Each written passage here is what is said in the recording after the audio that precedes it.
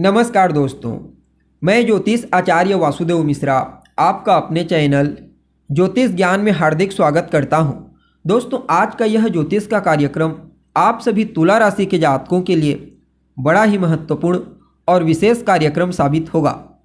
आज हम बात करेंगे ग्रहों के सेनापति मंगल ग्रह के वक्री चाल प्रभाव के बारे में।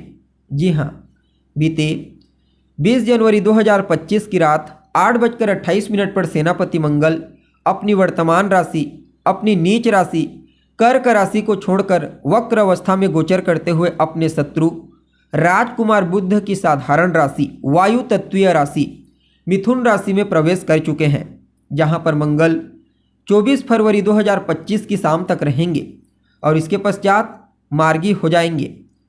तो ऐसे में आप सभी तुला राशि के जातकों के लिए सेनापति मंगल का अपने शत्रु की राशि से वक्री चाल कितना प्रॉफिटेबल साबित होगा। इस गोचर काल के दौरान मंगल जीवन के किन किन क्षेत्रों में आपको सकारात्मक रूप से प्रभावित करेंगे, तो किन किन क्षेत्रों में आपको सजगता के साथ आगे बढ़ने की जरूरत होगी और किस प्रकार मंगल की पावर आपके जीवन काल में बड़ा उलटफेर करने वाली है, सभी पहलुओं पर बहुत ही डिटेल में बात करेंगे। इसलिए वीडियो में अंतिम तक बने रहिए। और अगर आप अपनी जन्म कुंडली पर विश्लेषण चाहते हैं तो डिस्क्रिप्शन बॉक्स और स्क्रीन पर आपको हमारा कॉन्टैक्ट नंबर मिल जाएगा, जहां से व्हाट्सएप के माध्यम से अपॉइंटमेंट लेकर आप अपनी जन्म कुंडली का बड़ी बारीकी से विश्लेषण करा सकते हैं। तो दोस्तों, मंगल कौन है? मंगल तो हिम्मत, शक्ति, पराक्रम, पुरुषार्थ, एफर्ट, अहंकार, क्रोध, वाद विवाद के कारक है मंगल। अपने इन्हीं कारकत्वों के चलते हमारे जीवन के विभिन्न पहलुओं को प्रभावित करते हैं। जन्म कुंडली में मंगल का बलवान होना, पावरफुल होना इस बात की ओर संकेत करता है कि ऐसा जातक निडर होगा, मेहनती होगा, हर मुश्किल परिस्थिति का डट कर सामना करेगा। जबकि जन्म कुंडली में मंगल की कमजोर स्थिति जातक को दब्बू प्रवृत्ति का बना देती है, यानी डरपोक प्रवृत्ति का। ऐसा जातक छोटी छोटी समस्याओं से शीघ्र घबरा कर भाग जाता है और अपने जीवन काल में कोई श्रेष्ठ सफलता हासिल नहीं कर पाता, क्योंकि रिस्क लेने के लिए मंगल का बलवान होना जरूरी हो जाता है। और इस बार गोचर कुंडली में मंगल पहले तो वक्री होने के चलते बलवान है शत्रु राशि में, और ठीक एक घर आगे बृहस्पति गोचर कर रहे हैं, तो बृहस्पति का बल भी मंगल को प्राप्त हो रहा है। इसलिए इस गोचर काल के दौरान सेनापति मंगल आपके 9वें घर से गोचर करते हुए कई मामलों में आपको श्रेष्ठ परिणाम प्रदान करेंगे। जी हाँ, सबसे पहले तो आपके भाग्य को जागृत कर देंगे, और जब भाग्य जागृत होकर के आपका साथ देने लगेगा तो इसमें कहीं कोई दो मत वाली बात नहीं। आपके जितने भी पेंडिंग पड़े हुए कार्य हैं, रुके हुए कार्य, वे सभी कार्य एक एक करके पूरे होते चले जाएंगे। भाग्य की मजबूती कम एफर्ट में, कम मेहनत में आपको श्रेष्ठ लाभ दिलाएगी। हालांकि मंगल एक पुरुषार्थी ग्रह है, पराक्रमी ग्रह, इसलिए इन्हें मेहनत करना, वर्क करना अच्छा लगता है। तो इस दृष्टिकोण से देखा जाए तो भाग्य का साथ आपको मिलेगा, लेकिन भाग्य के पीछे आप नहीं भागेंगे, बल्कि अपने पराक्रम, अपने पुरुषार्थ के पीछे आप भागेंगे। यात्रा के दृष्टिकोण से भी समय को अत्यंत ही श्रेष्ठ कहा जा सकता है।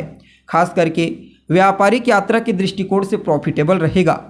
अगर आप इस गोचर काल के दौरान कोई नया व्यापार करते हैं, किसी नई कंपनी के साथ जुड़ करके, या फिर पार्टनरशिप में कोई कार्य करते हैं, तो वहाँ पर आपको श्रेष्ठ सफलता की प्राप्ति होगी।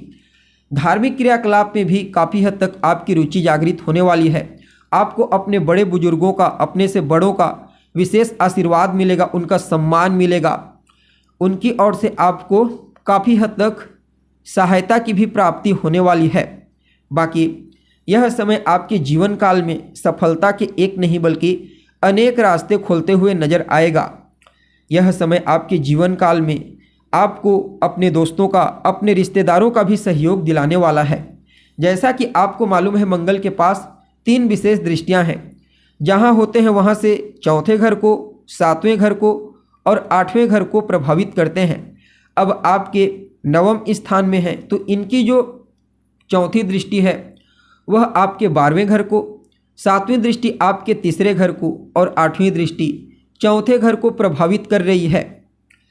मंगल एक अग्नि तत्व के ग्रह हैं, इसलिए जहाँ पर होते हैं और जहाँ पर इनकी दृष्टि होती है, उन घरों से संबंधित जो रिश्ते होते हैं, रिलेशनशिप, उसमें तनाव उत्पन्न करते हैं, मतभेद।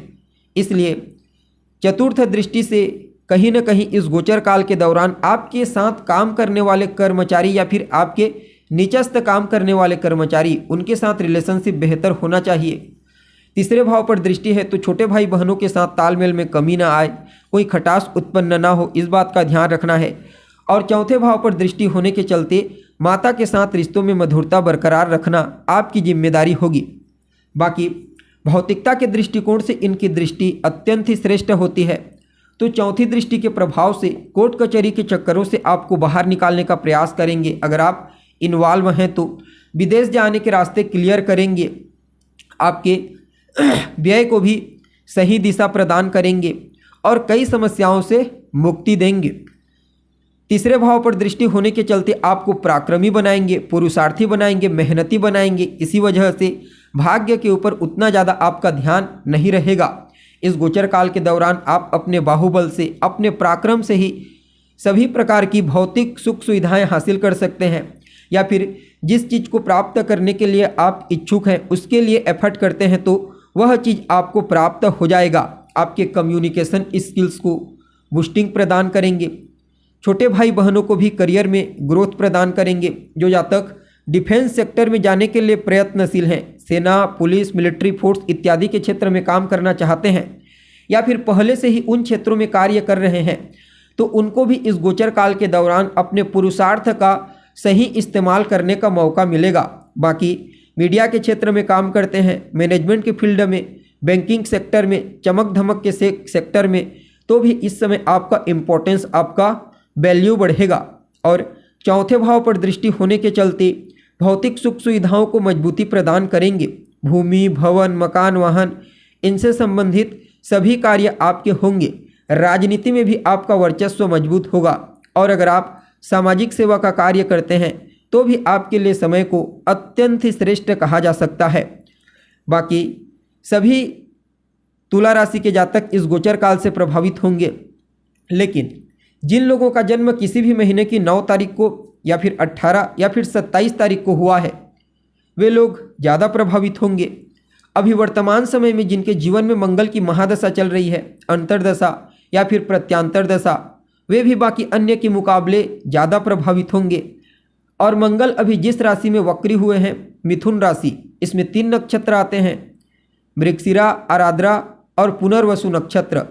तो जिन लोगों के भी जन्म के समय में चंद्रमा या फिर लगन, इन तीनों में से किसी एक नक्षत्र में होगा, या फिर आपके जीवन में किसी ऐसे ग्रह की दशा अभी चल रही है जो इन तीनों में से किसी एक नक्षत्र में बैठा है, तो भी आप बाकी अन्य के मुकाबले ज़्यादा प्रभावित होंगे। और जो लोग मंगल से जुड़ा हुआ कार्य करते हैं, जैसे मेडिकल फील्ड में हैं, डॉक्टर हैं, सर्जन हैं, या फिर डिफेंस सेक्टर में हैं, सेना, पुलिस, मिलिट्री फोर्स, तो भी ये लोग ज़्यादा प्रभावित होंगे बाकी अन्य के मुकाबले। इस गोचर काल के दौरान मंगल आपके दूसरे घर और 7वें घर का भी आपको परिणाम प्रदान करेंगे। फलतः आपकी वाणी को प्रभावशाली बनाएंगे। अपनी वाणी की प्रभावशीलता से हर किसी को आप प्रभावित करेंगे। आपके संचित धन को बढ़ाएंगे। पैतृक संपत्ति का लाभ आपको होगा। अगर पैतृक संपत्ति को लेकर किसी भी प्रकार से कोई विवाद की स्थिति बनी हुई थी तो वह विवाद की स्थिति दूर हो जाएगी।